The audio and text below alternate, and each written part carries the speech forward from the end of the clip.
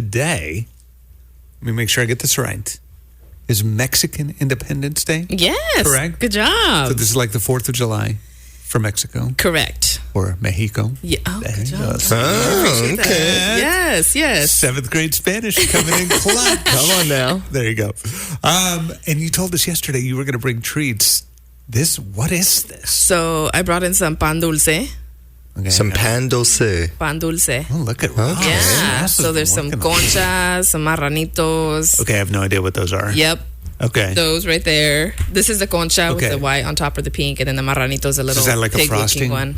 These are sweet, I'm assuming? It's sweet bread. So Okay. we eat them for breakfast, like with coffee. Oh, okay. And typically, definitely during like winter, fall months. This is technically a fall month, but summer decided to not go away. But yeah, it's very common and traditional to have it Okay. for breakfast. That's a really good breakfast. That's a really good breakfast. I thought Yeah. Cinnamon Toast Crunch. I thought that was good, but look at this. Yeah, and these, they bake them fresh every morning. And they're huge. They are very big. Yeah.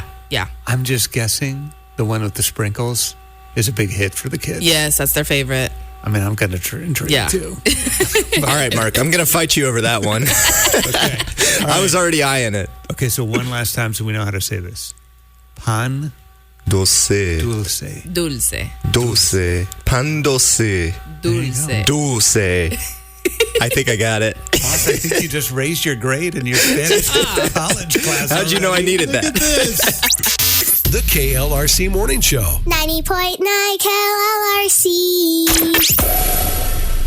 I was reading about this guy named Dan Peltzer. He lived 92 years, and his kids found a list. He had kept track of every single book that he read. He decided to just keep a running list. It's 109 pages long. Wow. The list of books. How many books is that? 3,599 books Amazing. that he read in his 92 years of life. Wow. Isn't that incredible? It is. I wonder how many that is a year. That's a good bit. Yeah. It also depends on when he started reading. Yeah, because that's true. Because you got to knock out probably the first few years as a kid, because Yeah. I'm sure he wasn't. Reading as a 3-year-old. And most of these, almost all of these, which I guess, it'd be super expensive to buy that many books, were all books that he borrowed from their city library. And so the library found out about it, and they asked if they could have a copy of the list and shared it on social media. And now all these people are going to check out the books that he read. They're like, hey, if it was good enough for Dan, That's so cool. then I should Man. check it out. So it got me thinking yesterday. I was like, oh, okay. All right, my list is not 109 pages long. Like if I read a book 109 pages long, I'm feeling pretty good about it. But I've read a few books over the years, trying to read a few more. I'm doing the whole audiobook thing too, which is helping out a little Yeah. bit. Okay. Hey, Mark, just so you know, I don't know if you're reading what he's reading, but it was about 35 to 40 books every year. Okay, Yeah. you did the math on it? Yeah. So that's I don't know if that's how many audiobooks you're listening to. Just got to let you know. A book every other week at the most. Wow. Yeah. If not every week. Consistent. Yeah, I can it's pull that doable. off. Yeah. Yes. Yeah. For some. Some words Maybe may not be a Mark. little too big for others. But it did get me wondering. I was like, okay, so my list might be a little shorter, but like what would be other than the Bible? Because obviously we would say that. But other than the Bible, like what book would be at the top of your list? Like, hey, if I were to tell other people, like this book is worth reading. Yeah. Like it impacted my life. Like this is probably 15 years ago. There was a guy that worked here with us at JBU. His name's Greg Smalley. He told me about a book called Chasing Francis. And it's basically a creative allegory about a guy who kind of just has a crisis of belief and faith and doesn't quite understand like what he's seeing in American Christianity, and decided to escape to Italy because we've been talking about Italy. So he's like, hey, you might like this. And discovers an old saint named Francis of Assisi, who is a true historical figure and kind of was one of those who God used to call out where things had gone wrong. And so the whole book is kind of this guy going to like get back to the roots of things, like why do we do things and what really matters. Okay. And the book like transformed my understanding of like what's really what this is all about. Oh, wow. Okay. And the church isn't just a building that we walk into. It's a group of people who live out on mission. And even like I'd never really been around liturgy a whole lot. And it changed the way I think about some of these things that I always thought were legalistic and why are people doing all that? And I'm like, no, there actually might be There's a good reason for that behind it.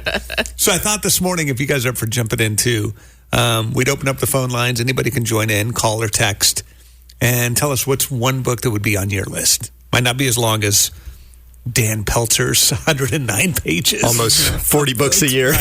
I'm sure a few were duds in there too, but I bet he read some good ones too.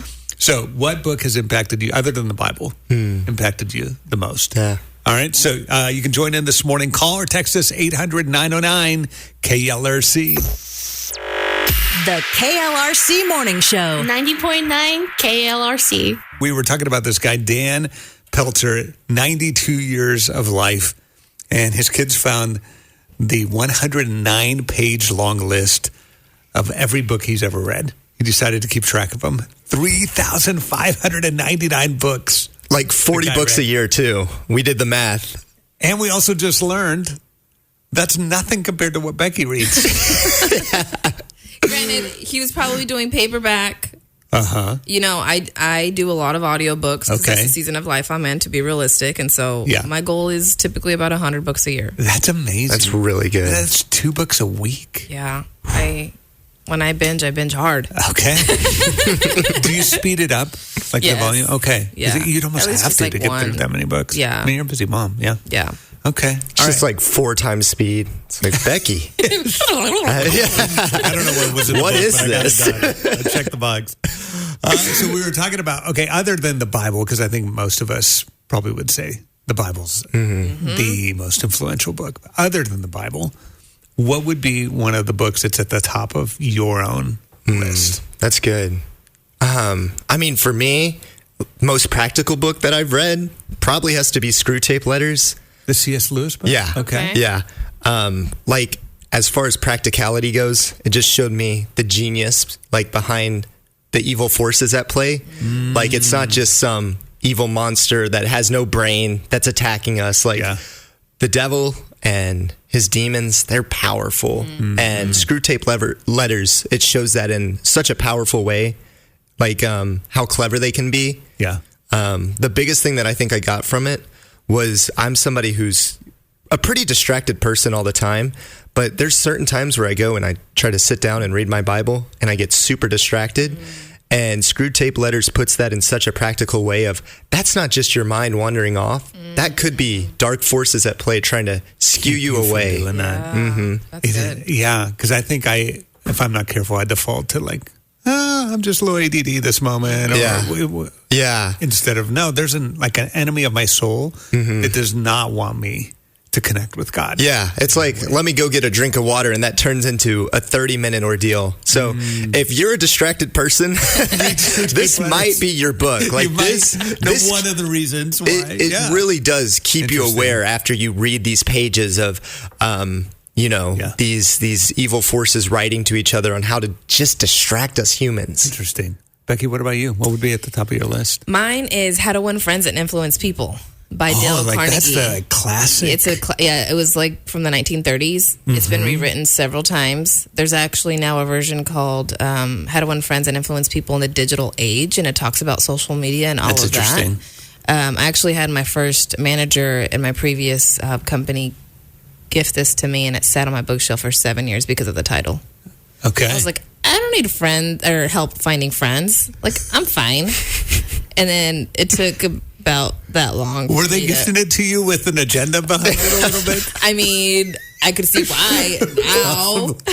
But and then I read it, and it really, I started it because I was really struggling with a few leaders that I worked with. And it really helped change my perspective on how I approached them and my thought process. And it taught me more than anything how I cannot change or control anyone else but myself. Yeah. And so worry about myself and what I could do differently and meet them where they're at. And maybe that can help get us to a better place. And ever since then, like, that's one that I'll read about every year, every 2 years again. Okay. I see something differently every time. And I've recommended it to everybody that I've ever like mentored or coached. If you reread a book you've already written, does that count on the list? I count or is that it. kind of like cheating? I count it. No, it's true. I would count it too. That's actually really impressive. And yeah, there are. I do the same thing with Chasing Francis that we were talking about earlier, because I get something different from it every time, because I feel like, okay, I'm on a little different perspective here. Definitely. A different season into that. Maybe instead of me rereading Screw Tape Letters, I actually went and saw the musical a couple weeks back. So I got something different from that one. That's fair. The KLRC Morning Show. 90.9 KLRC. 90.9 KLRC. Morning, Mark, Becky, Ross, the interns here. We've been talking about this guy that 92 years of life read, 3,599 books. Becky, you looked it up because he kept a running list. He hand wrote. Yeah, at some point he did start, it looked like maybe using a typewriter. But yeah, they're handwritten for the first, 5 pages or so.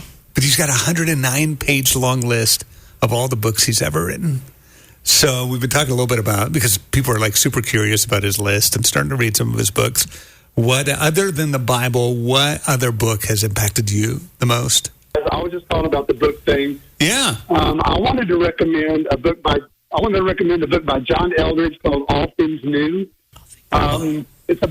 It's just about what we get to look forward to after this life. And I'm like Becky. I have read it and underlined it. I have listened to it 6 times, and that is counting toward my 3,000, whatever number of books. But I'll tell you my biggest takeaway from it. My biggest takeaway from it is, in Colossians it says, set your heart on things above. And he makes this challenge. He said, if you have not actually sat down and made a list of your first 3 things that you're going to do when you get to heaven, you're not thinking enough about heaven.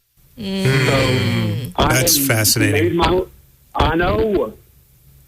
He said, you've got all eternity. Make a list. God wants us thinking about it. The KLRC Morning Show. 90.9 KLRC. 90.9 KLRC. Morning. Mark, Becky, Ross, the intern. We've been talking about, other than the Bible, like, what's that one book that has impacted you the most? You were telling us about that All Things New book and getting to long for heaven. You said you had a list of things you want to do first. I'm going to run to Jesus, and it's going to be the biggest body slam in the history of the world. Ready for some good news? We are too. Here's your positive difference story of the day. Ross has not experienced this yet. You may someday. Coming up with who to invite to a wedding can get a little tricky sometimes. Everybody's got ideas, agency.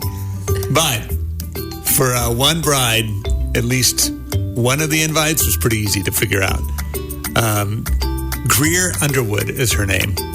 And she told People magazine it was the least that she could do. Her decision to invite Will and Raina Worthington, who she says their son saved her life. Here's what happened. When Greer walked down the aisle just last month to marry the love of her life, Peyton Cash, she passed by those 2 special guests, Will and Raina, who were there to witness one of the biggest milestones in her life. The Worthingtons aren't blood related to her, but they share a equally deep bond.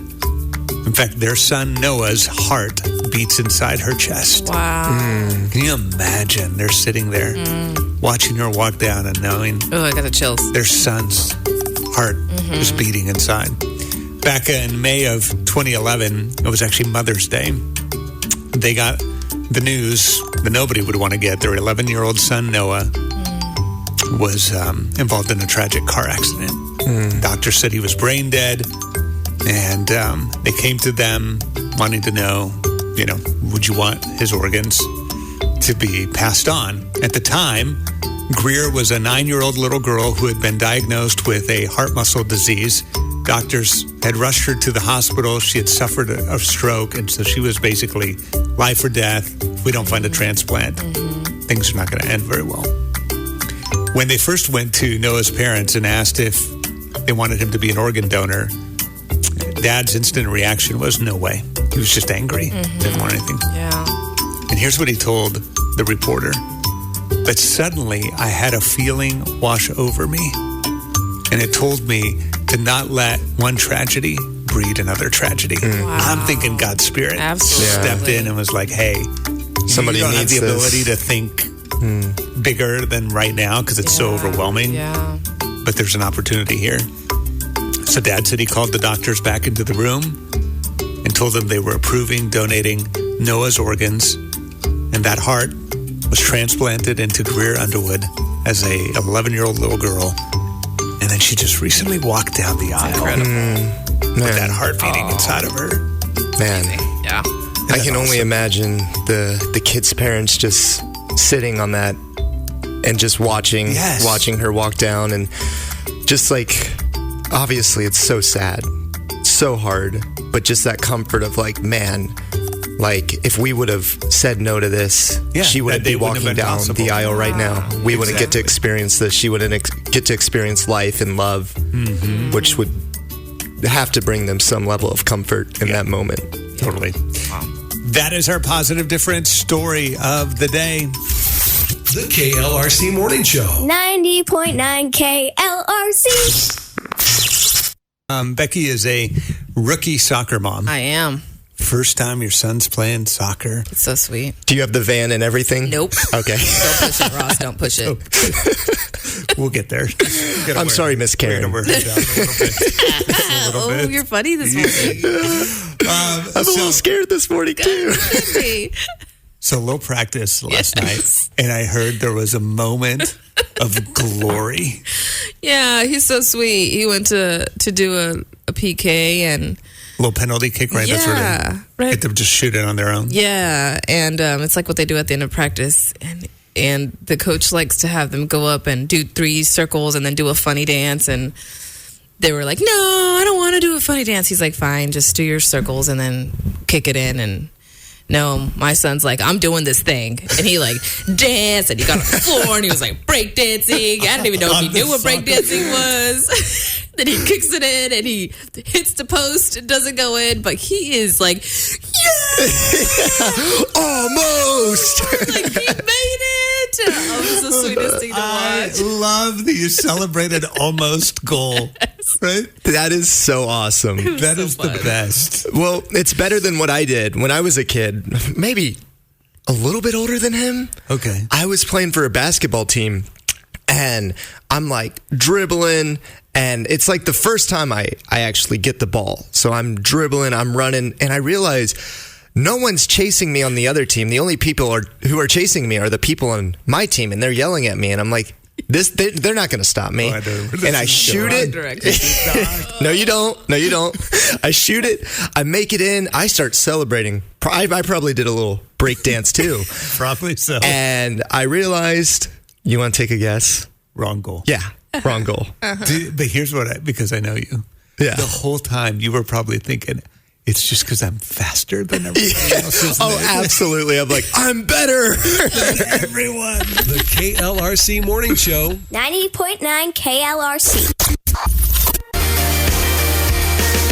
90.9 KLRC. So you had your own kids' sports moment while playing softball? I was out in the outfield with one of my best friends, and we decided to sit down in the middle of the game, out in the middle of the field, and start talking. And Like while the game was tapping going my on? forehead. Yeah. Have a little chat. Yeah. So the top of my head saw that softball pretty quick. Oh, no. My mom. The KLRC Morning Show. 90.9 KLRC. Hey, Mark, you were really nice to me yesterday, okay? You know what you did? Yeah. You posted a picture of all of us jumping on the Facebook page. Yeah. Excited that we're all 3 together. Yeah, and you wrote a sweet little message. You're like, and we're glad to have Ross back, which was sweet. Yes. You know, and I wanted to read some of the comments, and a lot of people were like welcoming me back, and it was sweet. Did that make you feel good? Yeah, it made me feel good. Okay. But I wanted to give you a chance to defend yourself a little bit here. About what? Well, some people noticed that it didn't really look like you were jumping in the jumping picture. You're going to bring this up? Yeah. So I'm just going to give you a couple comments that people left, and I'm just going to give you a minute to defend your title here. Okay. So Bradley says, Mark, I actually see air between your feet and the ground. Like he's surprised you actually got a couple inches. Okay. And by the way, he put like 6 exclamation points. So he is pretty excited. That I got a little bit of air. And then Lindsay, she says, Okay. love listening to y'all so much. Thank Sweet. you, Lindsay. Thank you, Lindsay. And then Mark, you need to work on your vertical. Ouch. Throwing shade. So do you want to Okay. do you want to defend your title here? I'm looking at the picture right now. I think it's an optical illusion. Sure. I'm pretty sure I was at least a good foot to 2 feet off the ground.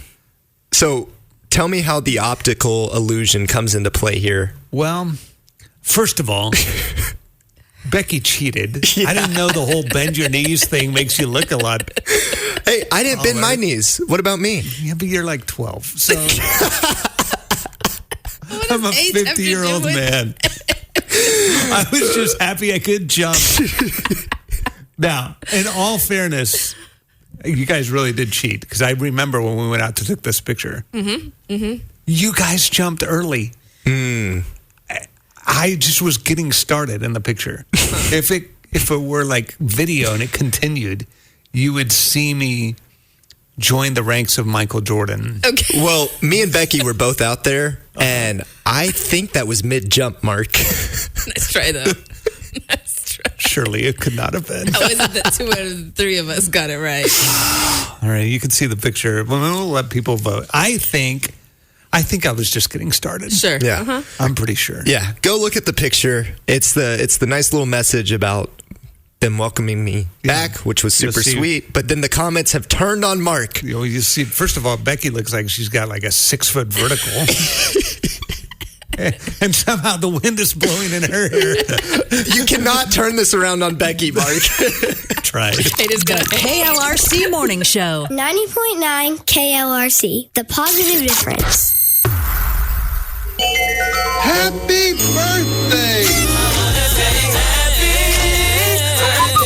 Let's go! 1, 2, 3, go! Hey! Happy birthday! We got Ross to move. Please don't ever do that again. Bye. Yeah, I don't know what that was. Happy birthday to Summer Simmons, who's 40 and fabulous. In Concord, Arthur Keith in Fayetteville, Mark Michelson in Elm Springs, Ronald Walker in his 40s in Springdale, Grayson Pudenpile turning 6 in Prairie Grove, Megan Dominguez in Farmington, and Shaylee Roberts turning 14 in Jay. All right. And we put all the names into the randomizer. And Mark Michelson in Elm Springs celebrating a birthday today. Is this Mark? Yeah, that's Mark.